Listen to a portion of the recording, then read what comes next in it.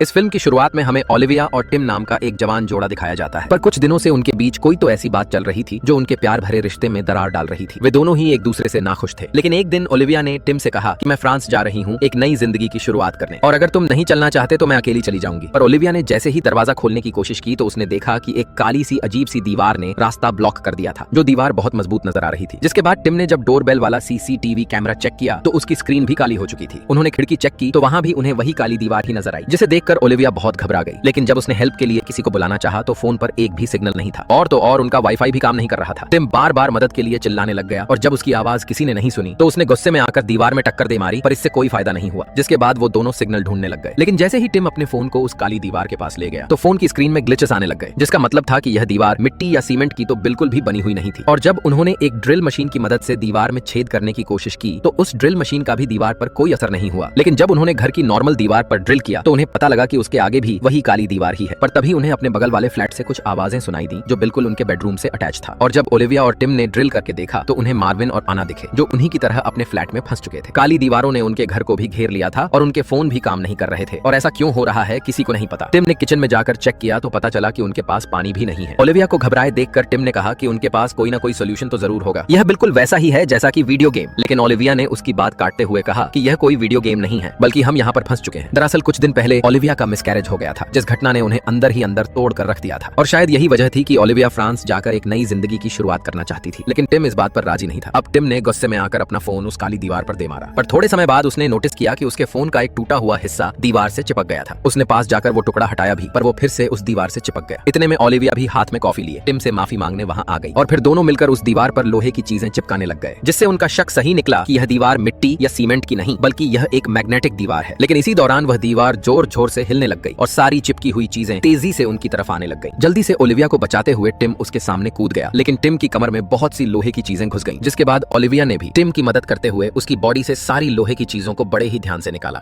और फिर वो दोनों आपस में बैठकर कुछ पुराने लम्हों को याद करने लग गए। पर इसी दौरान उन्हें ऐना के चिल्लाने की आवाज आई। दोनों ने उनके कमरे में जब झांक कर देखा तो सारा सामान बिखरा पड़ा था। देखकर ऐसा लग रहा था कि जैसे दोनों के बीच लड़ाई हुई हो। पर थोड़ी देर बाद उन्हें दोनों की आवाजें आना बंद हो गईं, जिसे देखकर ओलिविया और टिम दोनों टेंशन में आ गए, और फिर उन्होंने पता लगाने के लिए दीवार को तोड़कर एक बड़ा सा छेद किया और आना के फ्लैट में घुस गए। टिम अपने हाथ में बेसबॉल बैट लिए उन्हें ढूंढने लग गया। उन्हें फर्श पर खून के निशान भी मिले, जिनका पीछा करते हुए उन्हें आना दिखी, जो बेहोशी की हालत में थी। और फिर ओलिविया उसे बेडरूम में लेकर जाने लगती है कि इतने में मार्विन ने टिम पर अटैक कर दिया और उसी के डंडे से टिम का गला घोंटने लग गया। पर तभी ओलिविया ने जल्दी से एक जहरीला स्प्रे मार्विन की आंखों में छिड़क दिया। जिसके बाद टिम ने मार्विन को 2 डंडे दे मारे, पर उसी समय आना ने बीच में आकर अपने बॉयफ्रेंड को बचा लिया। आना ने कहा कि मार्विन दीवार तोड़ने की कोशिश कर रहा था, पर तभी गलती से उसके हाथ में पकड़ा हुआ हथौड़ा मुझे लग गया। ओलिविया और टिम को उसकी बात पर यकीन नहीं हुआ, इसीलिए उन्होंने मार्विन के दोनों हाथ बांध दिए। टिम एक दरवाजे के पास गया जिस पर नो एंट्री लिखा हुआ था। फिर टिम ने लात मारकर दरवाजा खोला और कुछ काम की चीजें ढूंढने लग गया। थोड़ी देर बाद ओलिविया भी टिम की मदद करते हुए काम की चीजें ढूंढने लग गई, और उसे एक छोटा कैमरा और टिम को एक कुल्हाड़ी मिली, जिससे टिम ने उस दीवार पर कई वार किए, पर अब भी कोई फायदा नहीं हुआ।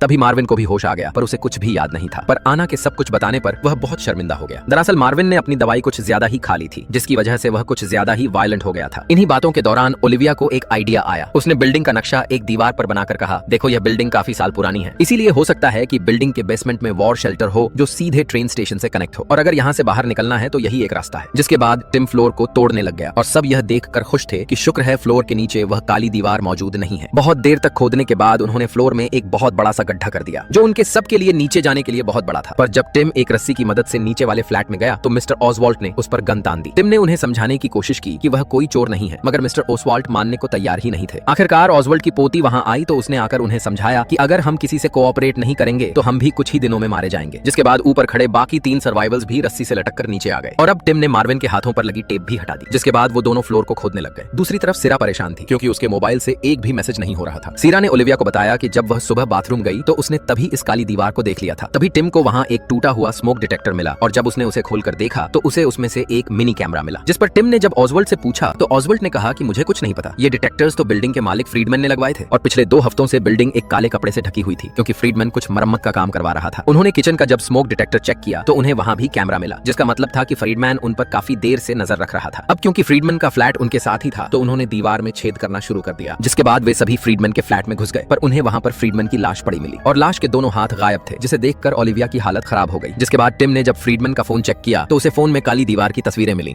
जिसके बाद सभी अगले फ्लैट में जाने के लिए फ्लोर खोदने लग गए। जिस दौरान ओलिविया न्यूज़पेपर देखकर कहती है कि इस सब का हार्बर में लगी आग से कुछ लेना देना तो नहीं, जिस पर टिम कहता है कि मुझे ऐसा नहीं लगता क्योंकि हार्बर तो यहाँ से काफी दूर है। पर इन्हीं बातों के दौरान नीचे वाला फ्लोर नीचे गिर गया और टिम, आना और मार्विन नीचे गिर गए। ओलिविया जल्दी से एक सीढ़ी की मदद से नीचे आई और टिम को देखने लग गई। टिम थोड़ा जख्मी तो था पर वह ठीक था। जिसके बाद ऑसवाल्ड और सीरा भी उसी सीढ़ी की मदद से नीचे आ गए। अब इस नीचे वाले अपार्टमेंट में उन्हें यूरी मिला, जो इस अपार्टमेंट के मालिक एंटोन का दोस्त था। पर यूरी ने बताया कि उसके दोस्त को हार्ट अटैक आ गया था और वह उन्हीं 4 दीवारों में ही मर गया था। अब यहाँ एंटोन के कमरे में सीरा को कुछ अजीब से पेपर्स मिले, लेकिन यूरी ने सीरा से वो पेपर्स ले लिया और उसे वहाँ से भगा दिया। अब दूसरी तरफ टिम अगले फ्लोर में भी छेद करने में कामयाब हो गया, जिसको पार करके अब सारा ग्रुप बेसमेंट में पहुंच गया।